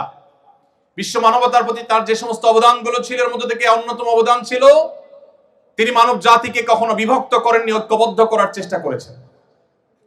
যারা তার ধর্ম অনুসরণ করে নেই, যার কথা মানে নেই, তাদেরকেও শান্তিপূর্ণভাবে সমাজে বসবাস করবার অধিকার তিনি এমন ভাবে বাস্তবায়ন করেছেন, অন্য ধর্মাবলম্বী যারা মুসলমানদের সাথে শান্তিপূর্ণ সহাবস্থানে বিশ্বাসী, যারা মুসলমানদের সাথে নানাভাবে নানা চুক্তিতে তারা আবদ্ধ, সেই রকম অন্য ধর্মাবলম্বীদের কাউকে যদি হত্যা করে কোনো মুসলমান হত্যা না, কোনো অমুসলমানকে যদি এভাবে হত্যা করে, নবী করিম সাল্লাল্লাহু আলাইহি সাল্লাম সেই মুসলমানকে শাসিয়েছেন, সতর্ক করেছেন যে সে যত ভালো কাজ করুক, যত নেকামল করুক না কেন, জান্নাতের গ্রাণ পর্যন্ত সে মুসলমান পাবে না। নবী করিম সাল্লাল্লাহু আলাইহি সাল্লাম সেই আদর্শ আমাদেরকে দিয়েছেন, যে আদর্শের বর্ণনা আল্লাহ কোরআনে বর্ণনা করেছেন। যে সমস্ত অন্য ধর্মাবলম্বী মুসলমানেরা তোমাদেরকে যুদ্ধ চাপিয়ে দেয়নি, তোমাদের দেশ থেকে বের করে দেয়নি, শান্তিপূর্ণ সহাবস্থান করছে, অন্য ধর্মের মানুষ কিন্তু তোমার সাথে শান্তিপূর্ণ সহাবস্থান করছে। লা ইয়ানহাকুমুল্লাহু আনিল্লাযীনা লাম ইউকাতিলুকুম ফিদ-দীন ওয়া লাম ইখরিজুকুম মিন দিয়ারিকুম আন তাবাররুহুম ওয়া তুকসিতু ইলাইহিম, তাদের প্রতি সদাচরণ করতে, ভালো আচরণ করতে, ন্যায়নিষ্ঠ আচরণ করতে আল্লাহ তোমাদের বাধা দেয় না, বরং ইন্নাল্লাহা ইউহিব্বুল মুকসিতিন, সেই অমুসলিমদেরকে, অন্য ধর্মাবলম্বীদের প্রতি ন্যায়নিষ্ঠ আচরণকারীদেরকে আল্লাহ তাআলা ভালোবাসেন। আজ সংখ্যালঘুদের অধিকারের কথা শুনবেন, যারা আমাদের সকাল বিকালে সবকটা দেয় যে সংখ্যালঘুদের ব্যাপারে আমাদের দায়িত্বশীল হতে হবে, তাদের দেশগুলোতে আপনি দেখবেন সংখ্যালঘুরা সবচেয়ে বেশি নির্যাতিত। মুসলমানরা সব যে একেবারে পবিত্র দুধের দোয়া বা সবাই যে বলে উঠবে, আমি তা বলছি না, কিন্তু ইসলাম সেই ধর্ম, যেই ধর্ম অন্য ধর্মাবলম্বী বা ভিন্ন মতের মানুষদেরও বেঁচে থাকা শুধু নয়, সম্মানজনকভাবে বেঁচে থাকা, তাদের অধিকার ব্যাপারে আমাদেরকে সতর্ক করেছে। এই জন্য আপনি দেখবেন মুহাম্মদ সাল্লাল্লাহু আলাইহি সাল্লামের শুধু আচরণের কারণে অজস্র অমুসলিমেরা ইসলামের ছায়া তুলে এসেছে। ভাইরা আমার, আপনি যদি আপনার জাতিকে ঐক্যবদ্ধ করতে চান, আমি আপনাকে অনুরোধ করব আপনি আউস এবং খাজরাজের ঐক্যবদ্ধ হওয়ার ইতিহাসটা কোরআন থেকে একটু পড়ে নেবেন। আল্লাহ রাব্বুল আলামিন কোরআনে সেটি উল্লেখ করেছেন যে আউস এবং খাজরাজ দুটি গোত্র মদিনার, তারা পরস্পরের মধ্যে যুদ্ধে লিপ্ত ছিল যুগ যুগ ধরে। বাবা মারা যাওয়ার সময় ছেলেকে ওসিয়ত করতো, বাপ আমার প্রতিপক্ষের সাথে যুদ্ধ শেষ করে যেতে পারলাম না, সমরে শেষ করে যেতে পারলাম না, ওসিয়ত করে যাচ্ছি যুদ্ধটা তুই চালায় যাস। এই ছিল তাদের অতীত, এই ছিল তাদের ইতিহাস। মুহাম্মদ সাল্লাল্লাহু আলাইহি সাল্লামের সান্নিধ্যের সৌরভে যুগ বা বছরের প্রয়োজন হয়নি, তার সান্নিধ্যের সৌরভ এতটা আকর্ষণ করত, এতটা স্পর্শ করত, এতটা মোটিভেটেড করত যে মুহূর্তের মধ্যে ঈমান আনার পর তারা এতটাই পরিবর্তিত হলো যে একই প্লেটে, একই দস্তরখানে বসে তারা খাবার খাচ্ছিলেন। একজনের জীবন রক্ষা করার জন্য আরেকজন জীবন দিতে তারা কার্পণ্য করেননি। আল্লাহ তাআলা কোরআনে কারিমে সেটিকে বিভিন্ন জায়গায় উল্লেখ করেছেন। এজন্য আপনি যদি জাতিকে, বিশ্ব মানবতাকে ঐক্যবদ্ধ করার কাজ করতে চান, আপনি যে কোনো সেক্টরে ঐক্য এবং সম্প্রীতির বন্ধন তৈরি করতে চান, মুহাম্মদ সাল্লাল্লাহু আলাইহি সাল্লামকে আপনাকে চর্চা করতে হবে। আপনি দেখতে পাবেন সেই মক্কা থেকে আসা, হিজরত করে আসা মুহাজির সাহাবীরা কিভাবে মদিনার সাহাবীদের কাছে আপন হয়ে গেছে।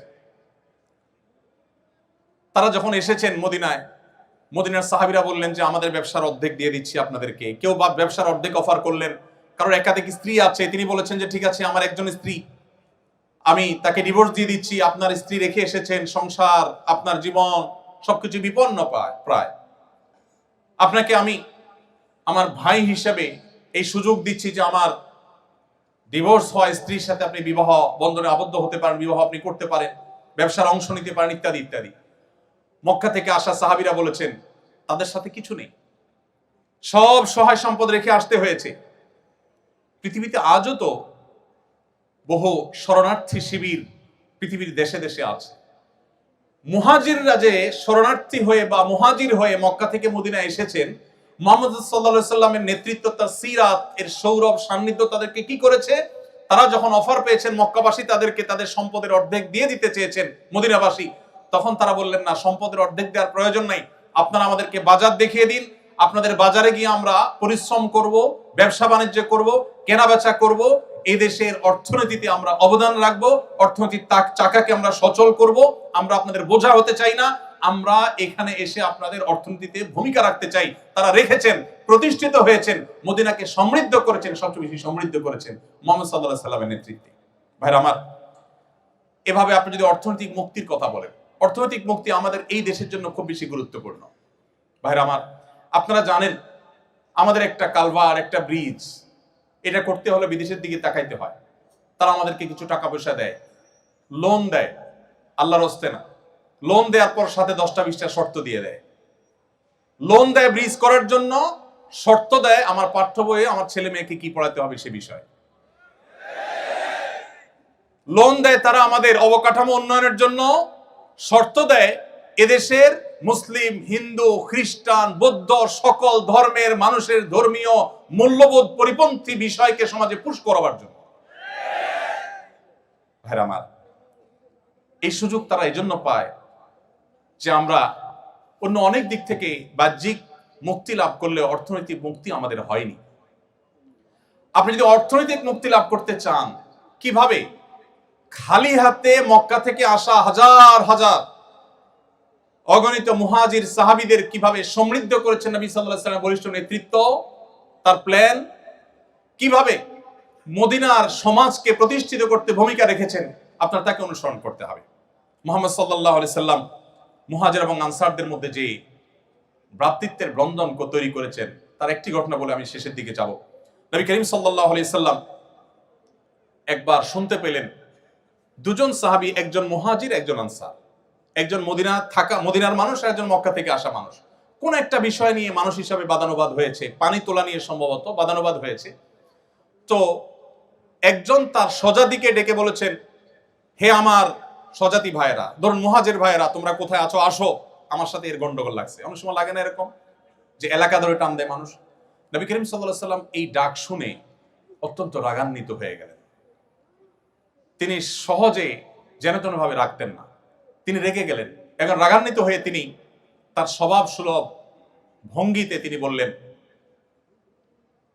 দাউহা মালি আরা দাওয়াল জাহিলিয়া, ইসলাম পূর্ব জাহিলি বর্বর যুগের আরবদের যে গোত্রপ্রীতি, গোত্রভক্তি তাদেরকে অন্ধত্ব নিয়ে যেত এবং মারামারি কাটাকাটিতে লিপ্ত করত, সেই ডাক আমি কেন শুনতে পেলাম? দাউহা ফাইন্নাহা মুনতিনা, তোমরা এই বিভেদের ডাক, বিচ্ছেদের ডাক, এটা পরিহার করো, এটা দুর্গন্ধযুক্ত, ঐক্যবদ্ধ থাকো। এরকম গোত্রভিত্তিক ডাক এবং অ্যাসোসিয়েশন করে পরস্পরের বিরুদ্ধে লেগে যাওয়া, নবী সাল্লাল্লাহু আলাইহি সাল্লাম সেটাকে অত্যন্ত চমৎকার ভাবে দমন করেছেন এবং সম্প্রীতির যে উজ্জ্বল উদাহরণ তিনি স্থাপন করেছেন, পৃথিবীর ইতিহাস সেটি করে দেখাতে পারবেন। আপনি সাহাবীদের ইতিহাস যদি পড়েন, কিভাবে আউস খাজরাজ সহ আরো বহু আপনার বিবাদমান এবং মত পার্থক্যে থাকা জাতিগুলো কিভাবে ঐক্যবদ্ধ হয়েছে একটা প্রাচীরের মতো, মুহাম্মদ সাল্লাল্লাহু আলাইহি ওয়াসাল্লামের সিরাত আপনি চর্চা করলে দেখতে পাবেন। সমস্ত সম্প্রদায়ের মধ্যে কিভাবে ন্যায্যতা প্রতিষ্ঠা করতে হয়, খোদ ইহুদিদের সাথে চুক্তি করার পর তাদের প্রতি যেন কোনো অবিচার না হয়, তাদের প্রতি যেন কোনো জুলুম না হয়, তার সর্বোচ্চ চেষ্টা তিনি করেছেন এবং সফল তিনি হয়েছেন। নবী করিম সাল্লাল্লাহু আলাইহি সাল্লাম আখিরাত মুখী যে চিন্তা চেতনা, এটা তৈরি করার জন্য তিনি ভূমিকা রেখেছেন। এবং একজন মানুষ, একজন মুসলমানের জীবনের সবচেয়ে বড় সার্থকতা হলো তার এখানেই শেষ না, আসল জীবন তার সামনে আছে। সে ওই দৃষ্টিভঙ্গিকে সামনে রেখে যখন চলবে, তখন তার সে পথ চলা হবে অনেক বলিষ্ঠ, অনেক শক্তিশালী, সে কখনো ডিপ্রেসড হবে না।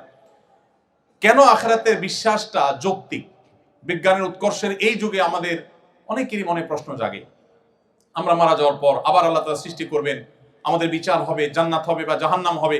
কেন এটা অপরিহার্য? এটা এই জন্য অপরিহার্য, একজন মানুষের জীবনে যদি দুনিয়ায় সব শেষ হয়ে যায়, তাহলে তাহলে তার জীবনের যৌক্তিক পরিসমাপ্তি কখনোই সম্ভবপর হবে না। কেন হবে না?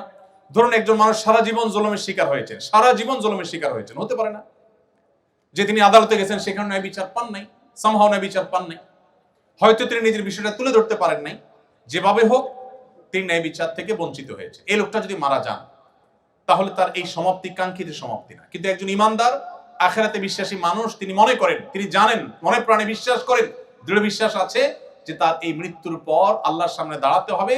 দুনিয়ার কোথাও যদি তিনি সুবিচার না পান, কোনো টেনশন নাই, আল্লাহ তাআলা বিচার করবেনই করবেন। দুনিয়ার সব জায়গায় যদি ঠকে যান, তার টেনশনের কোনো কারণ নাই, তিনি সবকিছু সহ বুঝে পাবেন। দুনিয়ার সব জায়গায় তো নিগৃহীত থাকেন, আল্লাহর কাছে তিনি নিগৃহীত হবেন না। এই যে আখিরাতের প্রতি বিশ্বাসের যৌক্তিকতা, প্রয়োজনীয়তা, এটা মানুষের জীবনের যৌক্তিক পরিসমাপ্তি এবং এন্ডিং দিকে মানুষকে নিয়ে যায়। মুহাম্মদ সাল্লাল্লাহু আলাইহি ওয়াসাল্লামের সিরাত পাঠ করলে আপনি সেই যাত্রা এবং সেদিকে আপনি যেতে পারবেন। ভাইরা আমার, এর ফলশ্রুতিতে আপনার ইবাদত এবং কর্মের মধ্যে অপূর্ব সমন্বয় এবং ভারসাম্য আপনি সৃষ্টি করতে পারবেন। দায়িত্ববোধ এবং জবাবদিহিতার চেতনা তৈরি হবে। যে আল্লাহর প্রতি বিশ্বাস করে, আখিরাতের প্রতি বিশ্বাস করে, তার ভিতরে আখিরাতের প্রতি জবাবদিহিতার বোধ তাকে সবসময় মনিটরিং করে। সে কখনো ভুল পথে পরিচালিত হতে পারে না। আমরা নামধারী মুসলমান যারা আখিরাতের প্রতি বিশ্বাস দুর্বল, আমরা হয়তো একদিকে মুসলমান দাবি করছি, আবার অন্যায় অনাচারে লিপ্ত হচ্ছি। সত্যিকারের মুসলমান এবং আখিরাতে বিশ্বাসী হলে সে কখনো সে নিজের বিশ্বাসের পরিপন্থী কাজ করতে পারে না। এই জন্য নবী সাল্লাল্লাহু আলাইহি ওয়াসাল্লাম সিরাত, এটা কেন আমাদের জন্য আজ গুরুত্বপূর্ণ? কারণ সেটি আমাদের জীবনে জবাবদিহিতার চেতনাকে তৈরি করবে। আল্লাহর নিকট দাঁড়াতে হবে, জবাবদিহি করতে হবে। এই চেতনা যদি আমাদের মধ্যে জাগ্রত হয়, তাহলে পৃথিবীর কোনো মনিটরিং সিস্টেমের প্রয়োজন হবে না। প্রত্যেকটা মানুষ নিজেকে নিজে মনিটর করবেন। এবং হাজার উদাহরণ আছে যে আল্লাহর ভয়ে ভীত সন্ত্রস্ত হয়ে আল্লাহর সামনে দাঁড়াবার ভয়ে বহু অন্যায় কাজ মানুষ পরিহার করেছেন। মুসলমানদের মধ্যে কম বেশি আমরা এরকম বহু দৃষ্টান্ত আমরা খুঁজে পাবো। আমি উপসংহারে চলে আসি, রাত অনেক হয়েছে। নবী করিম সাল্লাল্লাহু আলাইহি সাল্লামের সিরাত, এটা আমাদের চর্চা করতে হবে, পাঠ করতে হবে। এমনকি যদি আমার কোনো অন্য ধর্মাবলম্বী বন্ধু থাকেন, তিনিও সত্যানুসন্ধানী হলে কিভাবে একজন মানুষ এত অল্প সময়ে তার মিশনকে সাকসেস করে গেছে, এত বাধা মাথায় নিয়ে এসে সবচেয়ে দ্রুততার সাথে সাফল্যের শেখরে পৌঁছেছেন কিভাবে, তার সম্পর্কে জানার কৌতূহল একজন মানুষ হিসেবে আপনার মধ্যে জাগা উচিত। আর মুসলমান হিসাবে, নবী সাল্লাল্লাহু আলাইহি ওয়াসাল্লামের উম্মত হিসাবে আমাদের মধ্যে জাগা আরো বেশি কর্তব্য এবং গুরুত্বপূর্ণ। এজন্য আমি আজকের এই সেমিনারে আপনাদের প্রতি উদাত্ত আহ্বান রাখতে চাই। নবী করিম সাল্লাল্লাহু আলাইহি ওয়াসাল্লামের সিরাত, তার জীবন চরিত শুরু থেকে শেষ পর্যন্ত, তার পৃথিবীতে আবির্ভাবের আগের বিশ্ব পরিস্থিতি থেকে নিয়ে পৃথিবীকে তিনি যেই জায়গায় রেখে গেছেন, এই পুরো সময়টুকুকে পাঠ বরং পুনর্পাঠ, বারবার পাঠ করার জন্য আমি উদাত্ত আহ্বান আপনাদেরকে রাখতে চাই। আত্মশুদ্ধি, উন্নত চরিত্র গঠন, সুন্দর সমাজ গঠন, আমাদের সার্বিক মুক্তি এবং আমাদের সার্বিক সাফল্যের জন্য সিরাত চর্চার কোনো বিকল্প পথ আমাদের সামনে খোলা নেই। আজও পৃথিবীতে যত মানুষ ইসলামের ছায়াতলে আসেন, তারা নবী করিম সাল্লাল্লাহু আলাইহি ওয়াসাল্লামের সিরাত পাঠ করে মুগ্ধ হয়ে অথবা কোরআন পাঠ করে মুগ্ধ হয়ে তারা ইসলামের পথে আসেন।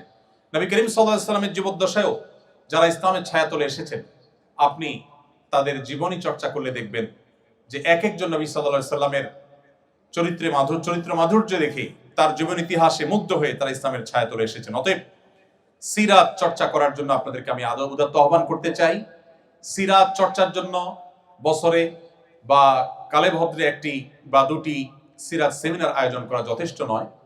কমপক্ষে 3টি সিরাত গ্রন্থ আমি আপনাকে অনুরোধ করব আপনি কিনবেন এবং এটিকে পড়বেন, শুরু থেকে শেষ পর্যন্ত পড়বেন। সম্ভব হলে পাঠচক্র, গ্রুপ স্টাডি করবেন এবং পরিবারের সদস্যদেরকে নিয়ে যদি পাঠ করতে পারেন সেটি আরো ভালো। আমি আপনাকে আল্লাহর উপরে ভরসা রেখে একটি নিশ্চয়তা দিতে চাই, সেটি হলো আপনি নবী সাল্লাল্লাহু আলাইহি ওয়াসাল্লামের সিরাত শুরু থেকে শেষ পর্যন্ত যদি জানতে পারেন, যেটি বলছিলাম তার আবির্ভাবের আগের পৃথিবী এবং তিনি পৃথিবীকে যে জায়গায় রেখে গেছেন, এই পুরোটুকুকে যদি আপনি অধ্যয়ন করতে পারেন, তাহলে আপনার সিরাত পাঠের আগের ঈমান আর সিরাত পাঠের পরের ঈমানের মধ্যে আকাশ এবং পাতাল তফাত এবং পার্থক্য আপনি নিজে অনুভব করবেন ইনশাআল্লাহ। আমি সেজন্য আপনাদেরকে আল্লাহ তাআলার যে নির্দেশনা, যেটিতে আমি শুরু করেছিলাম, সেটি বলে আমি শেষ করতে চাই।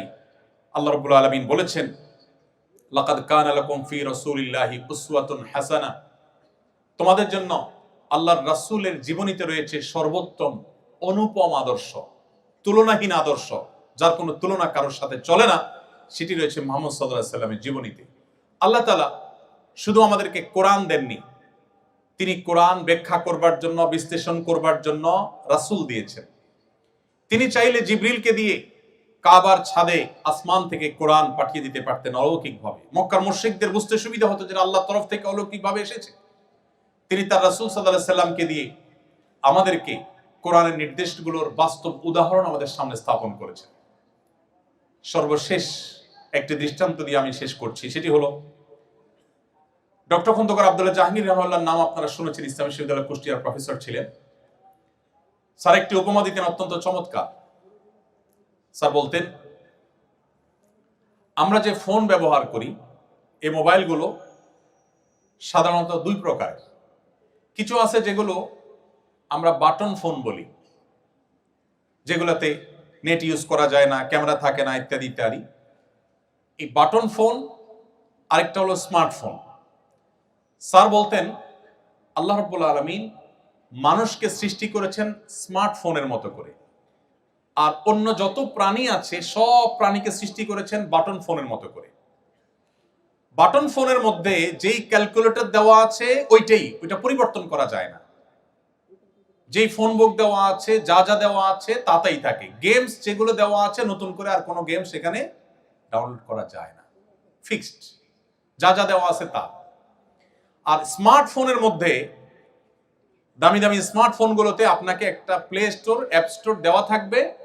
আপনি ক্যালকুলেটর কোন ডিজাইনেরটা নামাবেন, কোন অ্যাপটা নামাবেন, কোন গেমসটা ডাউনলোড করবেন, কোনটা সেট করবেন, এটার চয়েস আপনার হাতে দেওয়া হয়েছে। আপনি চাইলে আপনার সুবিধা মতো, পছন্দ মতো অ্যাপ আপনি নামায় নিতে পারেন। অন্যান্য প্রাণীকে এই অপশন দেওয়া হয়নি, তারা বাটন ফোনের মতো। একটা হাঁস, একটা মোরগ, একটা গরু, একটা ছাগল, অন্যান্য প্রাণী, আল্লাহ রাব্বুল আলামিন তার ভিতরে যা দেওয়া সব বিল্ট ইন দিয়ে দিয়েছেন, সব সেট আপ আগে থেকে আছে, নতুন কিছু ঢুকাবার সুযোগ নেই। এজন্য পশু পাখি, অন্যান্য প্রাণী, তারা চাইলেও মানুষের মতো জ্ঞানে, বিজ্ঞানে, বুদ্ধিতে, মেধায় তারা তাদের যোগ্যতার স্বাক্ষর রাখবার অপশনই নেই। আল্লাহ তাআলা সেট করে দিয়েছেন যে হাঁস সে পানিতে ভাসবে। এজন্য জন্মের পরপরই দেখবেন হাঁস পানিতে ভাসতে পারে, তাকে শেখাতে হয় না। মানুষের সন্তানকে হাঁটা শেখাতে হয়, পশু পাখিকে হাঁটা শেখাতে হয় না। তাকে যে জন্য সৃষ্টি করা হয়েছে, ওই যে বাটন ফোনের মতো সবকিছু বিল্ট ইন দেওয়া আছে, অটোমেটিক ওইটা থাকবে, কাজ করবে, নতুন কিছু সেখানে ঢুকবে না। কিন্তু মানুষকে যেহেতু আল্লাহ তাআলা স্মার্টফোনের মতো তৈরি করেছেন, ব্ল্যাঙ্ক ব্রেন দিয়ে দিয়েছেন, চোখ দিয়ে দিয়েছেন, অপশন দিয়ে দিয়েছেন, সে তার চয়েস মতো অপশন বা অ্যাপগুলোকে সে নিজের ভিতর ঢোকাতে পারে। কেন মুহাম্মদ সাল্লাল্লাহু আলাইহি সাল্লামের জীবনী চর্চা প্রয়োজন? কারণ আল্লাহ তাআলা আমাদেরকে স্মার্টফোনের মতো তৈরি করেছেন। সো আমরা যদি ভালো কিছু আমাদের ভিতরে ধারণ করি, তাহলে তার রিফ্লেক্ট আমাদের জীবনে পড়বে। আমরা যদি ভুল কিছু ধারণ করি, তার রিফ্লেক্ট আমাদের মধ্যে পড়বে। এজন্য আমাদের এই জীবনকে আলোকিত করবার জন্য, সমৃদ্ধ করবার জন্য আমাদের জীবনের পদে পদে মুহাম্মদ সাল্লাল্লাহু আলাইহি সাল্লামকে পাঠ করতে হবে, তাকে ডাউনলোড করতে হবে, তাকে ধারণ করতে হবে এবং তাকে চয়েস করতে হবে। কারণ মানুষ অনুসরণ প্রিয়, কাউকে না কাউকে সে অনুসরণ করে, কারণ না কারণ দ্বারা সে প্রভাবিত হয়। আপনি যদি সর্বশ্রেষ্ঠটাকে ডাউনলোড করেন, আপনার ভেতরে ধারণ করেন, তাহলে আপনার জীবন আলোকিত হবে, সুন্দর হবে, সমৃদ্ধ হবে। আপনার আলো দ্বারা আলোকিত করতে পারবেন আপনার সমাজকে, আপনার আশপাশকে, বিশ্ব মানবতাকে, আপনার প্রিয় স্বদেশকে। আল্লাহ রাব্বুল আলামিন আমাদের সবাইকে সিরাতে রাসূলের আলো দ্বারা আলোকিত হওয়ার তৌফিক দান করুন। সিরাতে রাসূলের রিফ্লেকশন যেন আমাদের জীবনের পরতে পরতে হয়, পদে পদে হয়, আল্লাহ তাআলা সেই তৌফিক আমাদেরকে দান করুন। আমরা যেন মুহাম্মদ সাল্লাল্লাহু আলাইহি সাল্লামের উম্মত হিসেবে নিজেদেরকে স্বীকার করছি, দাবি করছি, আমরা যেন বুঝে শুনে তার উম্মত হই, আমরা যেন পড়ে শুনে তার উম্মত হই, স্টাডি করে, চর্চা করে তার উম্মত হই। তার উম্মত হওয়ার এই গৌরব যেন সত্যিকারের গৌরবের পরিণত হয়, সেজন্য প্রয়োজনীয় পদক্ষেপ গ্রহণ করা, আমাদের জীবনের প্রত্যেকটা ক্ষেত্রে সিরাতকে জানা এবং আমাদের জীবনে, আমাদের সমাজে, আমাদের পরিবারে, রাষ্ট্রে সর্বত্র যেন স্টাবলিশ করার তৌফিক আল্লাহ তাআলা দান করেন। সেজন্য সেই দোয়া রব্বে কারীমের কাছে ব্যক্ত করে শেষ করছি। জাযাকুমুল্লাহু খাইরা। আসসালামু আলাইকুম ওয়া রাহমাতুল্লাহি ওয়া বারাকাতুহু। আসুন্নাহ ফাউন্ডেশন, উম্মার স্বার্থে সুন্নাহর সাথে।